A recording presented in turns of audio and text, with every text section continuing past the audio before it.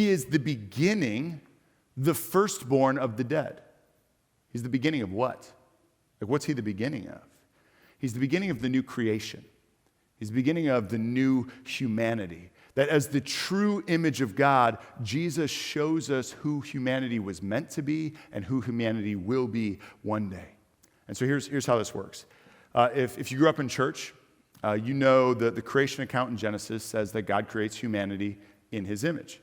And to be made in God's image really means a whole host of things. But because God is fundamentally personal, at the very least, to be made in his image means we were made to live in a right relationship with him, and a right relationship with each other, and a right relationship with the created world.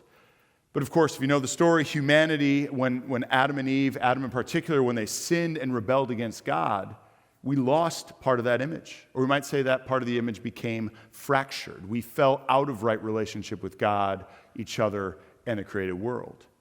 What our text for today says in Colossians 1 is that in his resurrection from the dead, Jesus is launching the new creation. Jesus is launching the new humanity, what it is to be human. And he restores, through his death and resurrection, he just restores that aspect of the image of God that was lost in the fall. St. Paul puts it like this in Romans 5. Therefore, as one trespass led to condemnation for all men, referencing Adam's rebellion against God, so one act of righteousness, that is Christ's death and resurrection, leads to justification and life for all men. For as by the one man's, that's Adam's, disobedience, the many were made sinners, so by the one man's, that's Christ's, obedience, the many will be made righteous. Okay, you see what Paul's saying here?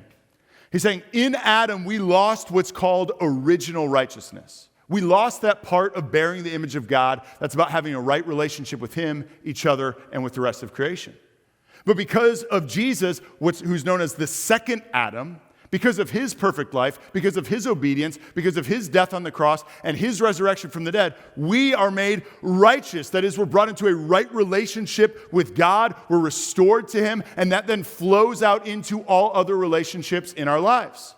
It brings us into the new humanity. The image of God is restored in us.